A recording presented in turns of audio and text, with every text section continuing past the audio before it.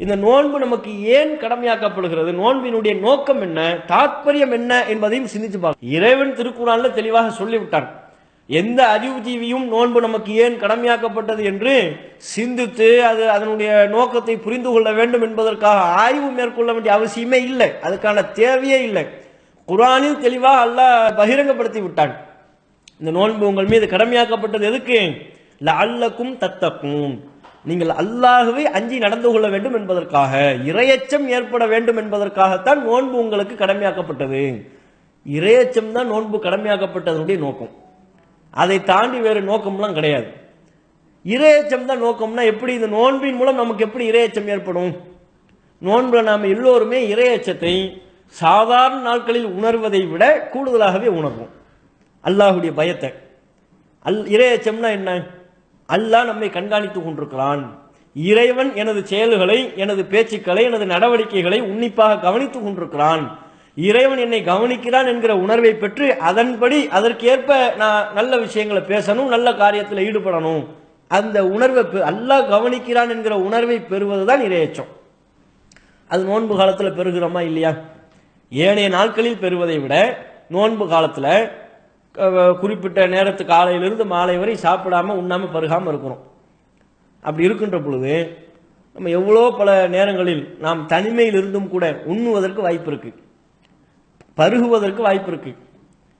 வயிற்றுல பசி இருக்கு, தாகம் இருக்கு. பசியை போக்குவதற்கு உணவும் நமக்கு முன்னால் இருக்கு, தாகத்தை போக்குவதற்கு தண்ணீர் இருக்கிறது. யாருமே நம்ம பக்கத்தில் இல்லை. நம்ம நோன்பு வைத்திருக்கிற நிலையில் அந்த சாப்பாடு எடுத்து சாப்பிடுவோமா? வயிற்றுல பசி இருக்கு, முன்னால சாப்பாடு இருக்கு, நம்ம நோன்பு வச்சிருக்கிறோம், யாருமே பார்க்கல, அதுக்காக அந்த சாப்பாடு எடுத்து சாப்பிடுவோமா? செய்ய மாட்டோம். ஏன்? அது எது நம்மளை தடுக்குது? குறித்த நேரம் வரும் வரையிலையும் சாப்பிடாம குடிக்காம இருக்கிறோம்னு சொன்னா எதுக்காண்டி? யாரும் எனது இந்த செயலை பார்க்காட்டாலும் அல்லாஹ் பார்த்து கொண்டிருக்கிறான். நோன்பு வச்சா நான் கட்டுப்பாடா இருக்கணும், எனக்கு என்னென்ன கட்டுப்பாடுகள் விதிக்கப்பட்டிருக்கிறதோ அதை நான் பேண வேண்டும். யார் என்னை கவனிக்காவிட்டாலும் இறைவன் என்னை கவனித்துக் கொண்டிருக்கிறான். அதானே இறையச்சம். நோன்புல அந்த இறையச்சம் ஏற்படுகிறதா இல்லையா? அவ்வளோ எதுக்கு அவ்வளோ கடுமையான தாகத்தில் இருக்கிறோம். மதிய நேரத்தை தாண்டி அவ்வளோ நோன்பு காலையிலிருந்து மாலை வரை தாகத்தோடு இருக்கிறோம். மாலை நேரத்தில் தொழுகைக்காக வேண்டி சொல்லுகிறோம். ஒழு செய்வதற்காக வேண்டி தண்ணீர் எடுத்து வாயில கொப்பளிக்கிறோம். கொப்பளிக்கின்ற பொழுது நமக்கு தாகம் இருக்கு, தண்ணீர் தான் தாகத்தை போக்கும். வாய் கொப்பளிக்கின்ற பொழுது தண்ணீர் தொண்டை வரையிலையும் அடைகின்றது. ஆனால் தொண்டைக்குழிக்குள்ள இறக்குவதற்கு நாம் அனுமதிப்பதில்லை. அந்த நேரத்தில் நாம வாய் கொப்பளிக்கக்கூடிய ஒரு சாக்கில் 2-3 மிடர்களை நாம முழுங்கி விட்டால் யாரும் நம்மளை கவனிப்பாங்களா? அது தெரியுமா? நமக்கு யாருக்கும் தெரியாது. தொண்டைக்குழி வரையிலையும் செல்லுகிறது, அதற்கு கீழே இறங்குவதில்லை. ஏன்? அல்லாஹ் கவனித்துக் கொண்டிருக்கிறான். ஒரு மிடரை நான் முழுங்கி விட்டால் கூட, ஒரு சொட்டு நீரை நான் முழுங்கி விட்டால் கூட அல்லாஹ் என்னை கவனிப்பான். என்னுடைய நோன்பில் அது குறையை ஏற்படுத்தும். எனக்கு விதிக்கப்பட்டிருக்கிற கட்டுப்பாட்டை நான் மீறியவனா போயிடுவேன் என்கிற இறை பயம், இறைவனின் அச்ச உணர்வு தானே நம்மளை கட்டுப்படுத்துகிறது. அந்த அச்ச உணர்வை நம் வாழ்நாள் முழுக்க பெற வேண்டும் என்பதற்காகத்தான் இந்த நோன்பை அல்லாஹ் கடமையாக்கி இருப்பதாக சொல்கிறான். நோன்பின் மூலம் ஒரு அடியான் பசியை உணர்வான், நோன்பு அல்லாத காலங்களிலேயும் பசியை உணர்வான். நோன்பின் மூலம் ஒரு அடியானுக்கு ஆரோக்கியம் கிடைக்கின்றது. ஆனால் அல்லாஹ் நோன்பை கடமையாக்கி இருப்பதற்கு அது காரணம் அல்ல. ஆன்மீக பயிற்சி, இறையச்ச உணர்வு நாம பெறணும். அதுதான் மற்ற பல செய்திகளும் இதை உணர்த்துது, வலியுறுத்துது. ரசூலுல்லாஹ் சொல்றாங்க, மல்லம் யதா கௌல ஸூரி வல் அமல பிஹி ஃபலைஸ லில்லாஹி ஹாஜத்துன் ஃபி அய்யதா தஆமஹு வ ஷராபஹு. எவர் ஒருவர் தனது தீய நடவடிக்கைகளை விடவில்லையோ, பொய்யான பேச்சுக்களை விடவில்லையோ, அவர் தனது உணவை விடுவதில்லையோ, குடிபானத்தை விடுவதில்லையோ அல்லாஹ்வுக்கு எந்த தேவையும் இல்லை. நபிகள் நாயகம் சொல்றாங்க, நீ பசித்து இருக்கிறதுனால, தாகித்து இருக்கிறதுனால எல்லாம் அல்லாஹ்வுக்கு எந்த புண்ணியமும் இல்லை. நோன்பின் மூலம் நீ எடுத்துக்கொள்ள வேண்டிய பயிற்சி, மேற்கொள்ள வேண்டிய பயிற்சி, தீமையான நடவடிக்கைகளை விட்டொழிக்கணும், பொய்யான பேச்சுக்களை விட்டொழிக்கணும். அதிலிருந்து உனது நோன்பு உன்னை தடுக்கவில்லை என்று சொன்னால் அது நோன்பே அல்ல. ஒரு அடியானை அவன் தீய நடவடிக்கையிலிருந்து இறங்குவதை தடுக்கவில்லை என்று சொன்னால் அவன் வைத்திருப்பது நோன்பே அல்ல என்று நபிகள் நாயகம் சொல்றாங்க. அப்ப நோன்பின் மூலம் நோக்கம் என்ன? ஆன்மீக பயிற்சி தான் நோக்கம். பண்பாடு ரீதியாக உன்னை செம்மைப்படுத்துவதுதான் நோன்பின் நோக்கம் என்பதை நபிகள் நாயகம் இந்த செய்தியில் நமக்கு உணர்த்துகிறார்களா இல்லையா? அதுக்காகத்தானே ரசூலுல்லாஹ் இந்த ரமலான் மாசத்தை பத்தி சொன்ன செய்தியும் நமக்கு இதைத்தானே சொல்லுது. அல்லாஹ்வின் தூதர் சொன்னாங்க, இதா தஹல ஷஹ்ரு ரமலான், ரமலான் மாதம் வந்து விட்டால் ஃபுத்திஹத் அப்வாபுல் ஜன்னா, சுபனத்தின் வாசல்கள் திறந்து வைக்கப்படுகின்றது. ஓ குல்லிகத் அபுவாபுன்னார், நரகத்தின் வாசல்கள் மூடப்படுகின்றது. ஓ சுல்சிலத்தி ஷயாத்தீன், ஷைத்தான்கள் விலங்கிடப்படுகிறார்கள் அப்படின்னு ரசூல் ஸல்லல்லாஹு அலைஹி வஸல்லம் அவங்க ரமலான் மாசத்தை பத்தி சொன்னாங்க. எதுக்கு சொன்னாங்க?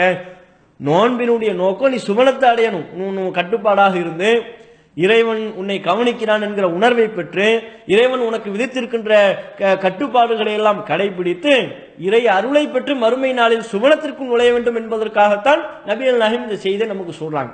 அப்ப நோன்பின் மூலம் நோன்பை அல்லாஹ் நமக்கு கடமையாக்கி இருப்பதற்கு உண்டான காரணம் ஒரு ஆன்மீக பயிற்சி, இறைச்ச உணர்வை நம்ம பெறணும். அதுதான் நோக்கமே ஒழிய பசி தாகத்தை உணர்றது, பசியை உணர்றது, ஆரோக்கியத்தை கடைபிடிக்கிறது அதுவெல்லாம் காரணம் அல்ல என்பதையும் இந்த நேரத்தில் நாம விளங்கிக் கொள்ளணும். ரசூலுல்லாஹ் மேலும் சொல்றாங்க, அஸ்ஸியாமு ஜுன்னத்துன் ஃபலா யர்ஃபுஸ் வலா யஜ்ஹல், நோன்பு என்பது கேடயம். எனவே ஒரு நோன்பு வைத்திருக்கிற ஒரு அடியார் அருவருக்கத்தக்க வார்த்தைகளை பேச வேண்டாம், வலா யஜ்ஹல், அறிவீனமாக நடந்து கொள்ளவும் வேண்டாம். வ இனிம்ருன் காத்தலஹு அவ் ஷாத்தமஹு ஃபல்யகுல் இன்னி ஸாயிமுன், யாரேனும் ஒருவர் அவரோடு சண்டையிட வந்தாலோ அவரை திட்டினாலோ அவர் நான் நோன்பாளி என்று சொல்லிவிடட்டும். இதுவும் நமக்கு நோன்பு ஏன் கடமையாக்கப்பட்டது என்பதற்குரிய விடையை தருது. நம்ம சொன்ன காரணம் ஆன்மீக பயிற்சி தான் காரணம் என்பதை உறுதிப்படுத்துது. ஏன் ரசூலுல்லாஹ் என்ன சொல்றாங்க? நோன்பு வைத்திருக்கிற ஒரு ஆளு அசிங்கமா ஆபாசமா பேச வேண்டாம், அதே போல உலா எஜ்ஜுகள் அவர் அறிவீனமாக நடந்து கொள்ள வேண்டாம், யாரும் நடந்து கொள்ளக்கூடாது. நோன்புல நீ கூடுதல் கவனமா இருக்கணும், அதுக்கு தான் உனக்கு நோன்பு. அதனால நோன்பு வைத்திருக்கும் போது இது போன்ற செயல் வேண்டாம். எந்த அளவுக்கு ரசூலுல்லாஹ் ஆன்மீக பயிற்சி தான் நோக்கம் என்பதை ரசூலுல்லாஹ் வலியுறுத்துறாங்கன்னா, ஒருத்தர் உன்னிடத்துல சண்டையிட வருகிறார், நோன்பாளி இடத்துல சண்டையிட வருகிறார், அவரை திட்டுகிறார். பொதுவா மார்க்கம் நமக்கு ஒரு அனுமதியை கொடுக்குதா இல்லையா? நாம அமைதியா இருக்கிறோம், எந்த வம்பு தும்புக்கும் போகல. நம்மிடத்துல ஒருவர் வரம்பு மீறிய முறையில பேசுறார், நாம் அவருக்கு பதிலடி கொடுக்க மார்க்கத்தில் அனுமதி இருக்கா இல்லையா? நம்மை ஒருவர் காரணம் இல்லாமல் தேவையின்றி திட்டும் போது அவருக்கு நம்ம பதிலுக்கு பதில் திட்டலாமா இல்லையா? மார்க்கம் அந்த அனுமதியை தருதுல்ல. திருக்குறான்ல அல்லாஹ்வே அந்த அனுமதியை வழங்குறானே, லா யுஹிப்புல்லாஹுல் ஜஹர பிஸ்ஸூஇ மினல் கவுல், தீய அருவருக்கத்தக்க சொல்லை சொல்வதை அல்லாஹ் விரும்ப மாட்டான், இல்லாமன் குலிம், பாதிக்கப்பட்டவனை தவிர. ஒருத்தன் பாதிக்கப்பட்டிருந்தானா அவன் தீய வார்த்தையை பதிலுக்கு பதில் பேசலாம். நாம துவக்க கூடாதே ஒழிய நம்மை ஒருவன் திட்டினால் நாம திருப்பி அவன் திட்டிய வார்த்தைகளை கொண்டு திரும்ப திட்டுவதற்கு நமக்கு அனுமதி இருக்கு. அது செய்யணுங்கிறது இல்ல, பொதுவான காலகட்டங்கள் அனுமதி இருக்கு. ஆனால் அந்த பொதுவான அனுமதியின்படி கூட நீ திட்டிராத. உன்னிடத்துல தேவையற்று காரணம் இல்லாம ஒருத்தர் சண்டைக்கு வர்றான், உன்னை திட்டுறான், நீ பதிலுக்கு சொல்ல வேண்டியது என்ன தெரியுமா? அவனை போல மோசமான வார்த்தைகளை நீ பேசிவிடக் கூடாது. ஃபல்யகுல் இன்னி ஸாயிமுன், நான் நோன்பாளி என்று அவர் சொல்லட்டும். நான் நோன்பாளி, நோன்பு வச்சிருக்கும்போது எனக்கு இது தேவையா? நான் ஏன் லெவலுக்கு இறங்கி திட்டணும்? நான் ஆன்மீக பயிற்சியில் இருக்கும்போது கட்டுப்பாடு, இறைவன் என்னை கவனிக்கிறான் என்கிற உணர்வை பற்றி என்னை நான் கட்டுப்படுத்திக் கொள்ள வேண்டும், அதுதான் நான் நோற்றிருக்கிற நோன்பின் நோக்கம் என்று இருக்கும்போது உன் கூட நான் ஏன் சண்டை போடணும்? உனக்கு ஈக்குவலா நான் ஏன் கெட்ட வார்த்தையை பேசி கொண்டிருக்கணும்? நான் நோன்பாளி என்று ஒதுங்கி விடணும், விலகி விடட்டும். இதுதான் ரசூலுல்லாஹ்வுடைய போதனை. அப்ப இது நம்ம கவனிக்கணும். சொல்ல போனா பல முஸ்லிம்கள் ரசூலுல்லாஹ் சொன்ன இந்த வாசகத்தையே வேறு டைப்ல அல்லாஹ்வின் தூதரே ஆன்மீக பயிற்சிக்கு சொல்றாங்க, ஆனா அதையே இவர் சண்டை இருக்கிற துணியில சொல்வார். பார்த்துருக்கிறீங்களா? சில பேர் சண்டை மோசமான வார்த்தைகளை பேசிட்டாங்க வைங்க, நான் நோன்பு வச்சிருக்கிறேன், அதே மிரட்டுற துணியில. நோன்பு மட்டும் வைக்கலான்னு நடக்கிறதே வேற. இன்னும் சில பேர் டிக்ளரே பண்ணிடுவாங்க, இப்ப நீ வரதுக்கு நோன்பு திறந்துட்டு வாயன் பார்ப்போம், நீயா நானான்னு பார்ப்போம், நீயும் பேசு நானும் பேசுறேன், நீயும் கெட்ட வார்த்தையில திட்டு நானும் கெட்ட வார்த்தையில திட்டுறேன், நோன்பு திறந்துட்டு வா பார்ப்போம் அப்படின்னு சொல்லி அனுப்பக்கூடிய ஆட்கள்லாம் இருக்கிறாங்க. அப்ப ரசூலுல்லாஹ் சொன்னதுடைய நோக்கம் ஒட்டுமொத்தமாக இந்த நோன்பின் மூலம் நாம் ஆன்மீக பயிற்சி பெறணும், அதுதான் நோக்கம் என்பதை ஏனைய செய்திகளும் உறுதிப்படுத்துறதை நீங்க பார்க்கலாம்.